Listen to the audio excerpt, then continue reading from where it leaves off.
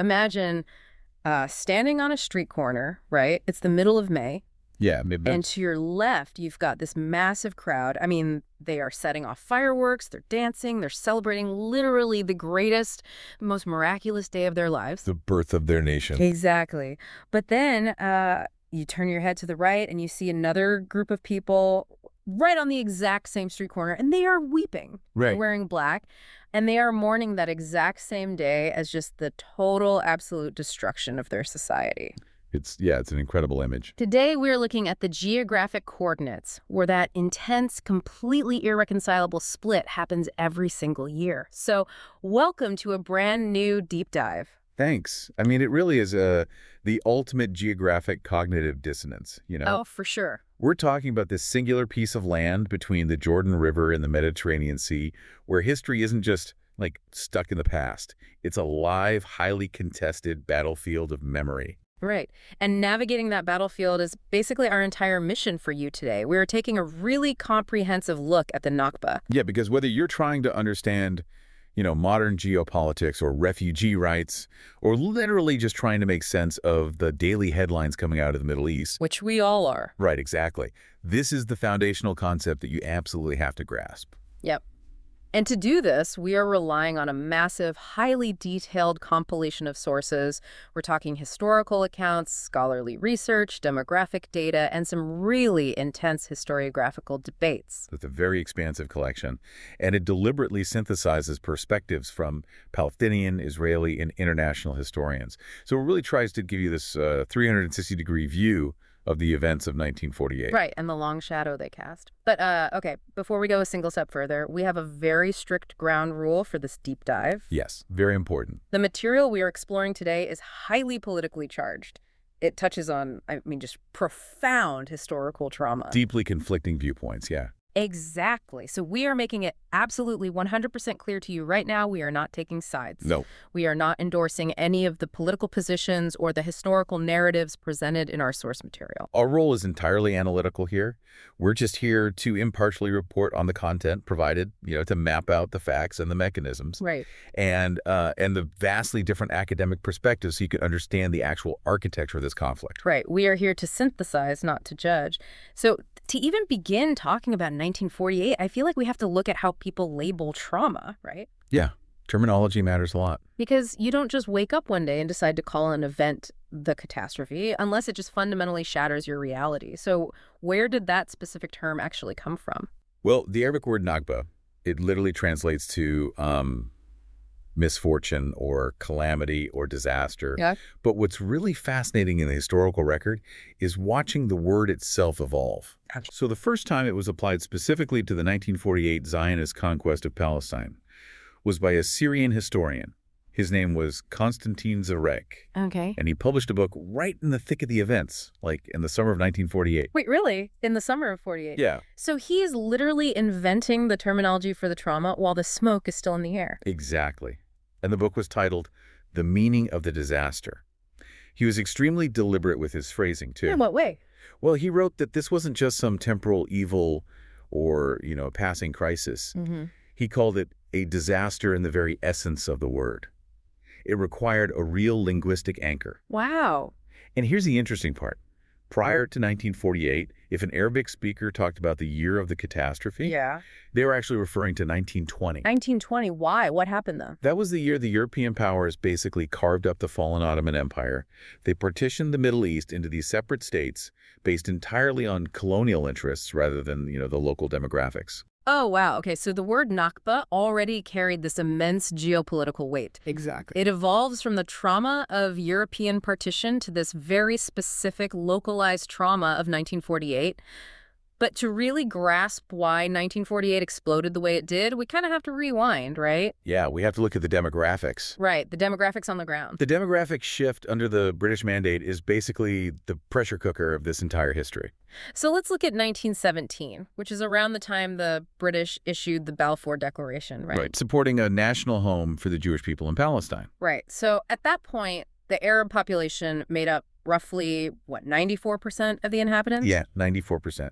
And the Jewish population was about 6%. Okay, so a completely overwhelming majority. Absolutely. But over the next 3 decades, that starts to change. Right, driven by the Zionist movement's goal to establish a Jewish state. Yes, and obviously accelerated by the horrifying persecution of Jews in Europe.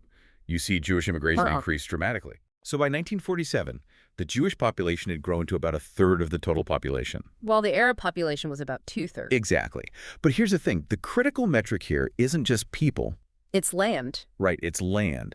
Even with that massive demographic shift, the Arab population still owned roughly 90% of the land. I try to visualize this with, like, a room analogy. Okay, let's hear it. So imagine a room of 100 people holding a piece of land. In 1917, about 94 are Arab, 6 are Jewish. Right. By 1947, you've got about 33 Jewish people in the room, 67 Arab. But the Arab people in that room still own 90% of the actual floor space. That's a great way to picture it. And that brings us right to the breaking point. The 1947 United Nations Partition Plan, Resolution 181. Exactly. So post-World War II, the British Empire is exhausted. They decide to end their mandate, and they essentially drop this incredibly complex situation directly into the lap of the newly formed UN. Here, you fix this. But pretty much. And in November 1947, the UN proposed dividing the territory. Okay, let's look at the math of that proposal, because this is the spark that ignites the powder keg. Yeah, the math is crucial. The UN plan suggested giving about 55% of the land to a Jewish state and 45% to an Arab state. With Jerusalem placed under international governance, yeah. I just want to pause on those numbers for a second. Because you have an Arab population that makes up two-thirds of the people, and they own 90% of the land. Right. And they are being asked to hand over 55% of the territory to a minority group. I have to imagine the response was just an absolute, unequivocal no. Oh, the rejection was total. I mean, the Arab Higher Committee and the Arab League completely refused the plan. Understandably, from their perspective. Yeah, they rooted their argument in the fundamental principle of national self-determination. Okay. They argued that forcibly dividing a territory where they held this massive demographic and landowning majority was a direct violation of the UN Charter itself. Wow, using the UN's own rules against them. Exactly. They publicly announced they would take all necessary measures to block the partition. And the Zionist reaction, how did they respond to the plan? Well, the mainstream Zionist leadership, which was spearheaded by David Ben-Gurion at the time, they formally accepted the UN partition plan. Okay. But, and this is a key detail from the historical documents in our source, they viewed this acceptance as a pragmatic, tactical stepping stone. Oh, interesting. Not an end goal. Right. It was a crucial legal and political foothold. It was seen as a first step toward an eventual goal of expanding Jewish sovereignty over all of Palestine. So you have these two completely incompatible trajectories colliding in November 1947. Yeah, a total collision course. And this irreconcilable split over the UN plan is the exact moment the civil administration collapses. Right. But, you know, I really want to push back on how the resulting 1948 war is usually framed in popular culture. How do you mean? Well, when people hear about 1948, I feel like they usually picture a conventional war, you know, like Arab armies suddenly attacked the new state of Israel and Palestinian civilians just tragically fled the crossfire. Yeah, that's a very common misconception. But the timeline in the sources paints a very, very different picture. This unfolded in distinct, terrifying phases well before any foreign armies crossed the border. Can we unpack that timeline? Absolutely. The timeline is perhaps the most crucial element to clarify here. The displacement did not start when the Arab League invaded in May 1948. Right. Phase 1 actually runs from November 1947, immediately following the UN vote, up until May 1948. So the British are still there. Technically, yes. They are the governing authority, but law and order completely breaks down. So these local skirmishes rapidly escalate into a brutal civil conflict. And by April 1948, the strategy shifts dramatically with something called Plan Dalit, right? Yes. Because looking at the sources, this wasn't just troops marching in. This was a systemic offensive. Plan Dalit was a large-scale military strategy launched by Zionist forces. Yeah. And the objective was to secure the borders of the prospective Jewish state and secure lines of communication. Okay. But functionally, securing those lines meant clearing out the Palestinian Arab populations that lived in those strategic areas. Right. And the methods used to achieve that clearance, they were deeply psychological. Oh, highly psychological. When you look at the historical accounts from April 48, it wasn't just bullets flying. They were utilizing sophisticated psychological warfare. Yeah, the mechanisms of fear were highly organized. Yeah. You know, in a society that's heavily reliant on oral communication and local trust, psychological warfare is devastating. So what exactly were they doing? The sources mention forces using loudspeaker vans driving near villages, rogue radio broadcasts in Arabic, and deliberate whispering campaigns, Just to spread rumors. right? Rumors of impending attacks or disease. The goal was to incite panic and precipitate a mass exodus without always having to fire a shot. But they did fire shots. I mean, dozens of massacres are documented in this period. Tragically, yes. The most notorious one being Deir Yassin on April 9th, 1948. Deir Yassin became the terrifying focal point. Over 100 Palestinian civilians were killed there. Awful. And the news of Deir Yassin, which was amplified both by Arab leadership trying to rally outrage and by Zionist forces using it as a threat, it just sent a shockwave of sheer terror across the region. Which vastly accelerated the mass flight of Palestinians. Exactly. There is also a detail in the compilation that is just deeply disturbing and rarely talked about: the use of biological warfare. Yeah, that's in the sources. Starting in April, there are documented operations where Israeli forces poisoned the water supplies of specific Palestinian towns and villages. I mean, in a fundamentally arid region, attacking the water infrastructure is a mechanism to just break a community's ability to survive. Right. And in Way, one of these operations actually caused a typhoid epidemic in the city of Acre. Wow.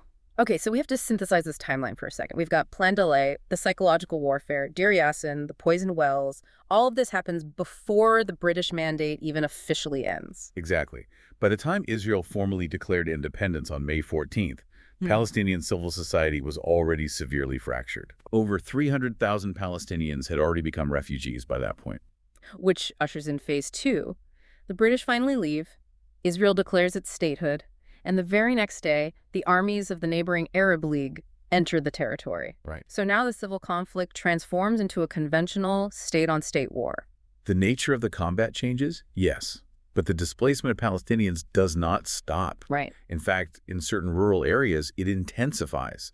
Even during these UN-brokered truces over the summer, mass expulsions continued. Did the sources give an example? Yeah, the compilation highlights July 1948 when over 50,000 Palestinians were violently expelled from the towns of Lydda and Ramel in just a matter of days. It's just staggering numbers. And looking at the macro scale, the numbers are universally agreed upon by historians across the spectrum. Right, there's no real debate on the total number. We are talking about approximately 750,000 Palestinians displaced. That is over 80% of the Arab population that lived in what became Israel. Over 500 Arab-majority towns and villages were completely emptied. But this brings up a massive question. What's that? Well, fleeing a war zone is, tragically, a common human experience throughout history. Usually when the treaties are signed and the shooting stops, people walk back home. Right. What made the Nakba permanent? Well, the permanence of the Nakba was engineered. Engineered. Yes. The refugees didn't stay away because they chose to. They were blocked by systematic anti-repatriation policies implemented by the Israeli government in the summer of 1948. Okay. They established a transfer committee whose explicit mandate was to prevent the return of Palestinian refugees. So I was trying to find an analogy for the mechanics of this, and it's like, it's almost like architectural gaslighting, you know? Architectural gaslighting. I like that. Because you flee a fire on your street, planning to return when the embers cool. But when you walk back, it's not just that someone else changed the locks. The house itself has been bulldozed. Right. The street has been renamed in a language you don't even speak. The maps have been redrawn. And the new authorities are telling you that your home, as you remember it, basically never actually existed. Yeah, architectural gaslighting is a very sharp way to describe the physical erasure, because the transfer committee oversaw the destruction of hundreds of villages. Wow. They literally blew up homes and bulldozed structures so there would be nothing for the refugees to return to. That's devastating. Palestinian land was broadly confiscated by the state. And crucial to this erasure, Palestinian place names were Hebraized. Even Hebrew names. Right, given new Hebrew names to overwrite the Arabic geography. But what if people just ignored the new maps and tried to physically walk back to their land? It was incredibly dangerous. Refugees who attempted to cross the new armistice lines, sometimes just trying to harvest their abandoned crops or find family members, they were labeled infiltrators by the Israeli military. Infiltrators to their own homes. Exactly. And the orders were strict. Many were shot on sight or violently expelled a second time. Man, And then there is the legal mechanism of this lockout, the 1952 nationality law. Yeah, that law was essentially the final nail in the coffin of return. It formally denationalized the Palestinian refugees, Meaning what, exactly? meaning if you weren't present in the state of Israel between 1948 and 1952, you were stripped of your citizenship. It legally rendered hundreds of thousands of people officially stateless. So you have a complete physical, geographic, and legal lockout. Total walkout, yeah. And when you lay out this systemic process, it brings us to a really fierce debate within academia. How do historians actually classify these events? Well, there is a major schism over the terminology here. A significant portion of scholars, including Palestinian, international, and some Israeli historians, explicitly define the Nakba as a premeditated act of ethnic cleansing. Because they look at Plandalit, the massacres, the transfer committee, and they see a unified, intentional project. Exactly. They argue that the systematic destruction of villages and the intentional legal prevention of return demonstrate a clear, concerted effort to remove a specific ethnic group from a territory. Right, to secure a demographic majority. Yes. But to be fair to the sources, there is a very prominent counter-perspective within the historiography that pushes back against that label. Yes, there is. Benny Morris is a really fascinating figure here. He's an Israeli historian whose own archival research heavily documented the massacres and the expulsions, yet he staunchly rejects the term ethnic cleansing. Right. Morris's argument rests on the chaos of military necessity. Okay, unpack that. He points out that the expulsions were partial. He notes that around 150,000 Arabs did remain within Israel's borders and eventually became citizens. Right. He argues that there was no master pre-war blueprint for total expulsion.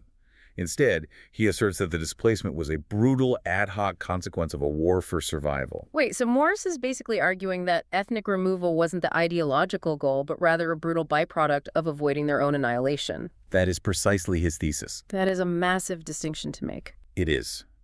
Morris argues that Jewish forces were facing the very real threat of a second genocide, this time at the hands of the invading Arab armies, mere years after the Holocaust. Right, the trauma of that is fresh. Extremely fresh. And in the context of an existential war, he argues that uprooting a hostile civilian population situated on crucial military supply lines was an unavoidable military necessity for the survival of the nascent Jewish state. Rather than a racist project of ethnic cleansing. Exactly. It is a profound historiographical clash. One side sees the systemic mechanics of a colonial project of erasure. The other side sees the chaotic, blood-soaked necessities of a desperate war for survival. Right. But the one thing that is absolutely undeniable is that for the Palestinians, the Nakba didn't end with the armistice agreements in 1949. Far from it. To understand the modern Palestinian experience, you have to understand the concept of the ongoing Nakba. Because even the 150,000 Palestinians who managed to remain inside Israel's new borders and became citizens, they were not immediately granted equality. No. No, the historical record shows they were placed under strict military martial law from 1949 all the way until 1966. Wow. Their movement, their economy, their political organizing, it was all heavily restricted by military governors. And then just 1 year after that martial law finally ends, we hit 1967. Exactly. The 1967 Six-Day War triggers another massive wave of displacement. Right. Hundreds of thousands more Palestinians were driven from the West Bank, Gaza, and East Jerusalem. This event is known in Arabic as the Naksa, or the setback. Okay. And this leads modern scholars and Palestinians to use the phrase ongoing Nakba. They do not view 1948 as a discrete historical event with a clear end date. It introduces a pretty terrifying concept for you to consider, right? Yeah. Like, what happens when a catastrophe isn't a single chapter in a history book, but a permanent operating environment? Yeah, that's perfectly put. For Palestinians, the Nakba is a continuous unfolding process. It's displacement, military occupation, land confiscation, and social fragmentation that extends through the decades, right up to the catastrophic devastation of the 2023 Gaza war. Right. And the way this continuous history is remembered, or I guess actively not remembered, is heavily regulated today. Oh, heavily regulated. The compilation brings up specific Israeli legislative measures regarding the memorial of 1948, most notably the 2011 Nakba law. Right. The Nakba law is a very powerful example of legislating historical memory. How does it work? Well, the law authorizes the Israeli Minister of Finance to withdraw state funding from any public institution, be it a school, a municipality, or a cultural center that commemorates Israel's Independence Day as a day of mourning. So it's basically a financial penalty for publicly grieving the Nakba. Exactly. Which brings us to the very core of this entire deep dive, the battle of the narratives. Yes. We are looking at two incredibly distinct, fiercely protected national identities that occupy the exact same physical space. So let's really synthesize how these two views are defined in the sources. Let's begin with the Palestinian narrative. For Palestinians, the Nakba is the absolute center of gravity for their modern national identity. Okay. It's a narrative defined by profound victimization and loss. They view themselves as an indigenous people who were violently dispossessed of their ancestral homeland. Right. And there is a deep, agonizing sense that they were forced to pay the ultimate price for the horrors of the Holocaust perpetrated by Europeans by losing their own society. Wow. Your identity is forged in exile, in suffering, and in the perpetual demand for the right to return home. And on the flip side, the Israeli national narrative of those exact same events. Right. The Israeli narrative views 1948 as the War of Independence. It is seen as the miraculous, just, and redemptive culmination of the Zionist movement. After 2,000 years of global exile, relentless persecution, and the unimaginable horrors of the Holocaust, the Jewish people finally established sovereignty in their ancestral homeland. Right. And while mainstream Israeli historiography has evolved to acknowledge that expulsions did occur and a refugee crisis was created, it frames those tragic events entirely within the context of a desperate existential struggle for statehood against Arab forces that explicitly sought to annihilate them. It is honestly staggering to sit with that cognitive dissonance. It really is. You have two peoples living on the same dirt. And for one group, 1948 represents the ultimate triumph of survival, the end of millennia of wandering, and the redemption of their people. Yes. And for the other group, that exact same year represents the ultimate catastrophe of erasure, the beginning of their wandering, and the loss of their civilization. It is literally two parallel universes occupying the same physical geography. And neither narrative really has the structural room to fully validate the other without feeling like it is compromising its own existential foundation. Right, which makes it so intractable. So, what does this all mean for you, the listener? Why spend this time unpacking 75-year-old history? Yeah, why does it matter today? Because understanding the mechanics of the Nakba is the ultimate skeleton key. You simply cannot turn on the news today. You cannot understand modern geopolitics. You cannot grasp debates over international law, refugee rights, or the daily grinding realities of the Middle East without grasping the events of 1948. Absolutely. The headlines you read today are literally just the latest chapters of the exact same book we've been discussing. And it leaves us with a really profound, somewhat unsettling question about the future. Let's hear it. The compilation notes that the Nakba turned the Palestinians into a refugee nation with a wandering identity. If a national identity is forged so deeply by the shared trauma of displacement, by the collective memory of an idyllic past that was violently taken away, how does that perpetual state of longing fundamentally alter a people's vision of what a resolved, peaceful future actually looks like? Man, that's a haunting thought. Can a nation built on the dream of returning to a lost paradise ever truly reconcile with the unchangeable concrete realities of the present day? Right. And conversely, can a nation built on the trauma of near annihilation ever feel secure enough to recognize the catastrophe it inflicted on its neighbors? These are the invisible forces driving every failed peace process in the region. Thank you so much for joining us on this deep dive. We covered incredibly heavy, complex ground today, but that's what we do here. Keep questioning, keep exploring the mechanisms behind the history, and we'll see you next time.